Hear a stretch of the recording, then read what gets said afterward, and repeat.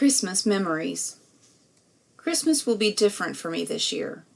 No turkey to bake, not much cooking of any kind, not much decorations to put up or take down.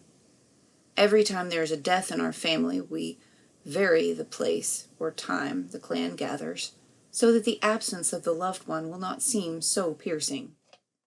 When the girls were little, we used to start paying them in October for doing chores they were expected to do as a matter of course the rest of the year. They got 10 cents, 5 cents each, to make their bed, and 5 cents, taking turns, to feed the dog. Patty said she rarely had over $13 with which to buy 26 presents. They made woven pot holders for grandmothers and aunts, and shopped diligently for the other gifts.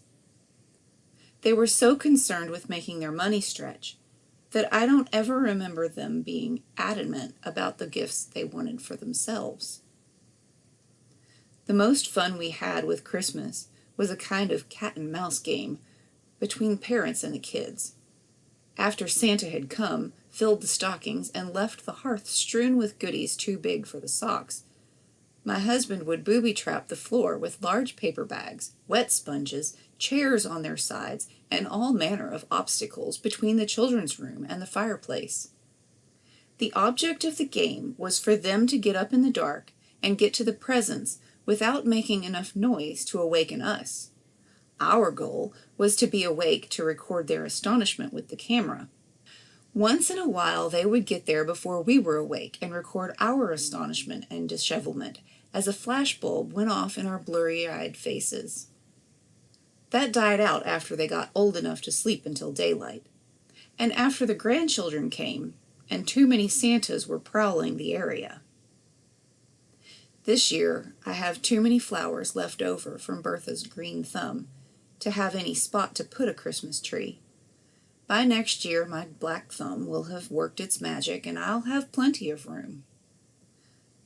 My Christmas decoration, beside the 3 Christmas stockings to hang, consists of a nativity scene which my family made, with much hilarity, last year. Our art teacher, Patty, brought home some clay. We spent Christmas evening modeling the nativity figures. We have 2 artists, my daughter and my granddaughter. The rest of us struggle.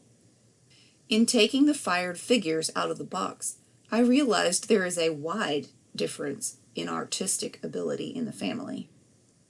There's a beautiful Mary, a short Joseph with a big nose and a close-fitting halo, a heavily swaddled baby Jesus lying on a blanket with a pillow, 3 impressive wise men bearing gifts, 2 pretty good shepherds with crooks, a kneeling camel, a camel who lost 2 legs during the firing process, a funny-looking donkey with an odd tail, 2 kneeling sheep, a dog, a rabbit, and a turtle. The rabbit and the turtle makers use their knowledge of theology to defend their inclusion. There's nothing in the Bible that says a rabbit and a turtle weren't there. Our scene also has a haystack, a rock, a basket, and a nest of eggs. It's not the most beautiful nativity scene I've seen, but it's the most original and evokes a memory of 3 hours quality time with 3 children, a son-in-law, and 2 grandchildren. This year I'll have 2 children at home Christmas Eve. We'll go to see Harold in Lexington on Christmas Day, and then go on to Louisville to spend Christmas night with my daughter and son-in-law and the grandchildren. The day after Christmas, we'll go to Dayton, Ohio, to have the rice gathering with my husband's brother, his wife, and their extended family. They have come here every Christmas for 30 years. This Christmas, they have each lost a mother. It is right for us to do the traveling this year. This year, our customs will be different, but the love of a close-knit family will remain constant.